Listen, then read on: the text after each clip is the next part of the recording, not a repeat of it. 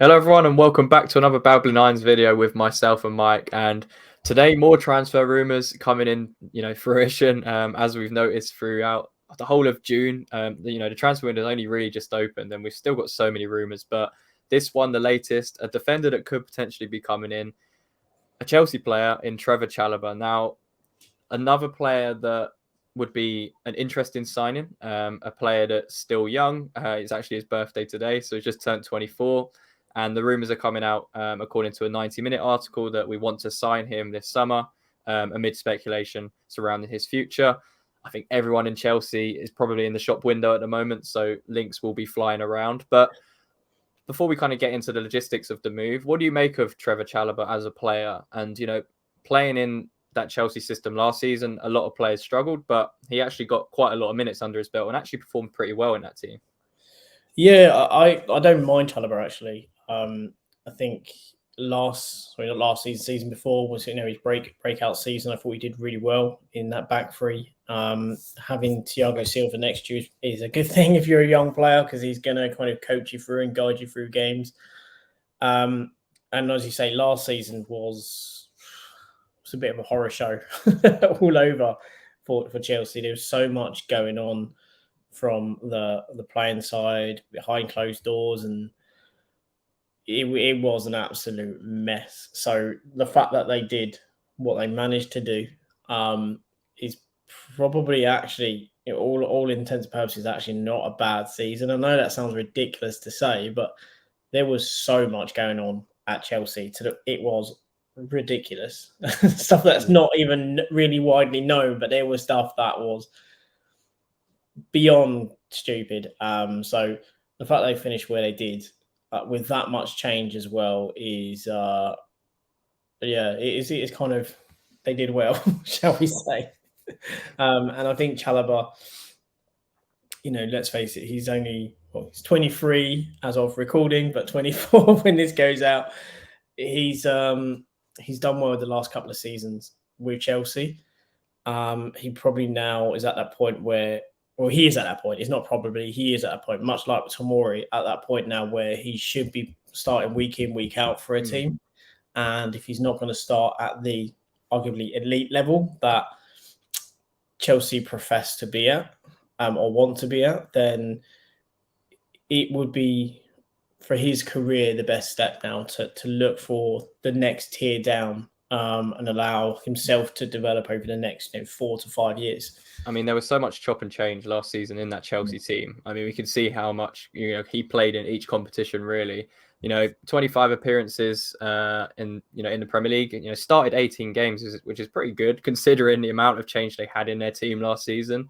But like you mentioned, at his age, he needs to be consistently playing. Look at someone like Tomori, who's gone to AC Milan and has completely thrived in that environment and got so much experience, in the Champions League, in the Serie A, and has just developed so much as a player. So let's break down kind of Chalobah and his statistics, because it actually looks pretty good as an all-rounder. So yeah, Mike, talk to me through this and what kind of key highlights you can kind of take from this. Yeah, I think the one thing you probably have to say is a concern when you talking about a West Ham side, and what we tend to see is that he is below the average when it comes to his aerial duels, only winning about 54%. But again, you also kind of have to slightly caveat that he tends to be playing maybe on the right-hand side of a back three.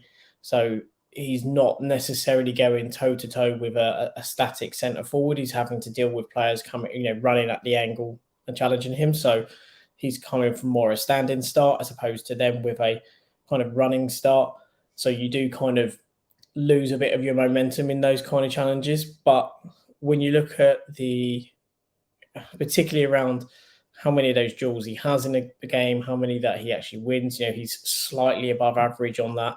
Also, it's more importantly, when we talk about interceptions, it's the possession adjusting ones, which is the PADJ one, which is again where he's making the interception and gaining the ball. What's also important is if we do want to kind of go again with the try and be a bit more possession based and a bit smarter in possession, Chalobah's very comfortable on the ball. He can bring the ball out quite happily. He is happy to take the ball into space if there is space afforded and made open to him. Again, he's very secure in his passing as well. So again, he can allow us to build from the back. We know he'll be okay with that kind of process. Under pressure, maybe there are also maybe some question marks with their spaces are a little bit tighter. However, he is very technically proficient. Maybe not to the same level that we've seen with Colwill at Brighton this season, playing for Brighton whilst on loan. But he is proficient, and he has good level of pace as well. And that is something, again, something we always talk about. We love to see pace. We need some pace, and having pace in your defence, it makes a huge amount of difference, especially when they're playing the centre back. And more importantly, it's when we look at it from a perspective as what he could bring us long term. We've got to look at the fact that we need homegrown. Here's that. Yeah. We also need to have a player that can consistently come in for Zuma, play at a high level. And this is a young centre-back who can obviously play at a very high level. He's played Champions League football and not looked out of place. And he can come in for Zuma and also apply pressure to him. And ultimately, you would argue in the long term, you would say that he can take his place. In terms of kind of coming into that West Ham team then, Mike, because obviously we are now kind of shifting into a back four again. We don't know what it'll be next season, whether it will be that back three. But last season, Chalobah, like you mentioned, played in that kind of right centre-back role a lot. And he's also played right back as well. So it's probably similar to what most people think Tila Kehra's best position is, in that kind of right centre-back role in the back three, where really good technically, really good, in possession of the ball. But defensively, maybe there are some question marks. Would he be able to, kind of adapt to that Moyes system of playing in a back four that's slightly deeper? And, the statistics we just showed where his aerial duels aren't particularly the best in comparison to other defenders. Does he have that adaptation in him to become a Moyes defender? I think he does. I think the question is if he is left to have the conversation with Moyes, does Moyes give him the same talk that he gave to Tomori, who, when you look at now what he's done, it's an incredible fumble from West Ham to have done that. We've said it again, said it in the past. You obviously don't want to guarantee players football, but you want to give them that sense of, I believe you will be a first team player. I cannot put you straight in because I need you to earn your place. And once you're there, it's all about you keeping it. I don't think that was really what's put to Tomori. And I think we kind of fumbled there. And I do see a few parallels with Chalobah to Tomori, in my opinion. Because I think both players have probably been criticised since been at Chelsea as to having mistakes in them. And, not necessarily always being as careful in possession as they should be. Mm. However, I think a lot of that can also be changed with consistent minutes and, having that full trust, within a position. So whether I think he fits Moyes completely, it's a difficult one. I think if you look at Aged, he's not necessarily the most dominant in the air, but he is fleet of foot, so to speak. He does get across ground quickly. He can also play out from the back and play the ball. So I think the ultimate question is, does he fit Moyes' model of being hyper defensive and highly structured? Yes and no, because let's face it, he's played under Tuchel, who is incredibly structured defensively prior to him going. Obviously, the last year was a bit of a clusterfuck, let's put it that way, for Chelsea. So I don't think he had as much structure last year as he had in previously under Tuchel, and I think he did quite well under Tuchel. Yeah. So I do think there are elements of his game that 100% I'd say will work with Moyes. There are parts of it that I think wouldn't, unless there's an adaptation as to how we play.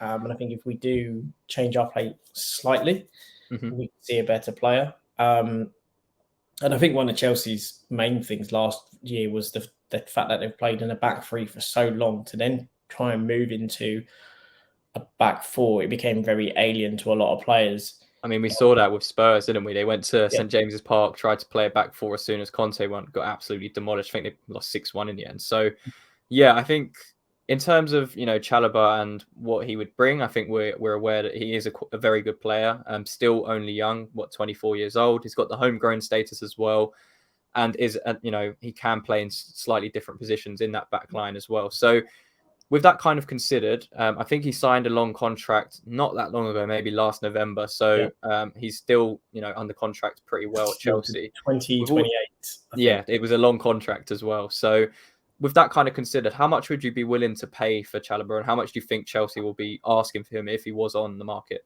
Yeah, I think the way I kind of look at it with Chelsea at the moment, I wouldn't want to deal with Chelsea until the end of the window because they have about a squad size which is about 30 to 40 players. Come the end of the window, they're going to need to offload players. Now, obviously, if someone comes in who's interested in the interim, you're probably going to have to react.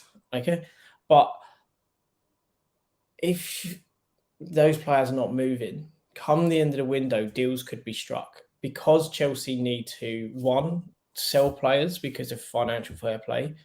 Two, they are not going to want to go into a season with a squad of 35 players or 30 players with 5 players being paid and they can't play a game.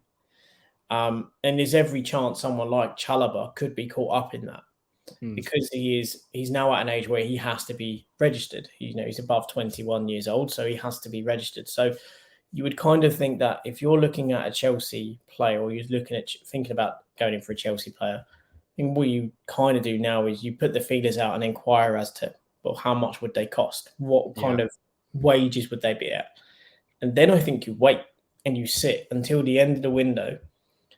Because if Chelsea haven't sold players, they're going to then have to start to cut price. Because I think Chelsea probably will try and command around 30 to 40 million. I just think that's what they'll do. He's on a contract for the next, 5 years? It's 2028. So the power is in with them, because arguably what they could just say is, well, actually, then if no one's going to buy him, we'll put him out on loan, and that could be a good deal for us, and that we could actually look to loan with an optional clause, and I think that's probably the tactic to do with players like Chalobah. I think that would be the case for especially their kind of younger Mhm. criteria players like Gallagher, Brozier, Callum Hudson-Odoi. All of these players, they've already kind of started. It's interesting because apparently there's a rumor that they may actually ask him to half his wages and then pay the remainder of his year to allow him to be a free agent. I mean, it does show the kind of strain, the financial strain they are under and the pressure they're going to be under, because Pochettino ain't going to want all of these players. So they've already started to offload kind of the older players that were on maybe bigger wages to Saudi. But I think you're right. I think we wait, and if we can, if the interest isn't there right now, we wait as long as we can, and then maybe approach it with, okay, we've already spent most of our transfer money. Maybe we can get a loan with an option to buy, which would be a very smart move for a position that could then develop into, like you mentioned, Zuma could be then going out the door next season due to injury problems or whatever.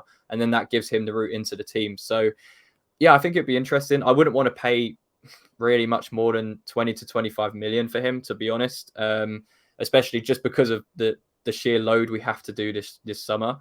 And for a player that's, again, not played too much football, played okay, and hasn't really had the chance to develop as much as maybe he had wanted to, I think it would be quite risky to pay up to 40 million for that kind of player. So, yeah, I think it'll be interesting. I think it's one to watch, and I think it will be one that will happen maybe later on in the window. But let us know in the comments. What do you think of Chalobah? Do you think it would be a smart signing? Can he adapt under the Moyes way? As is always the question with most of the transfers coming in. Let us know your thoughts in the comments. Leave a like on the video. Subscribe to the channel as always, and we will catch you on the next one. Mike, one thing left to say. Come on, you Irons.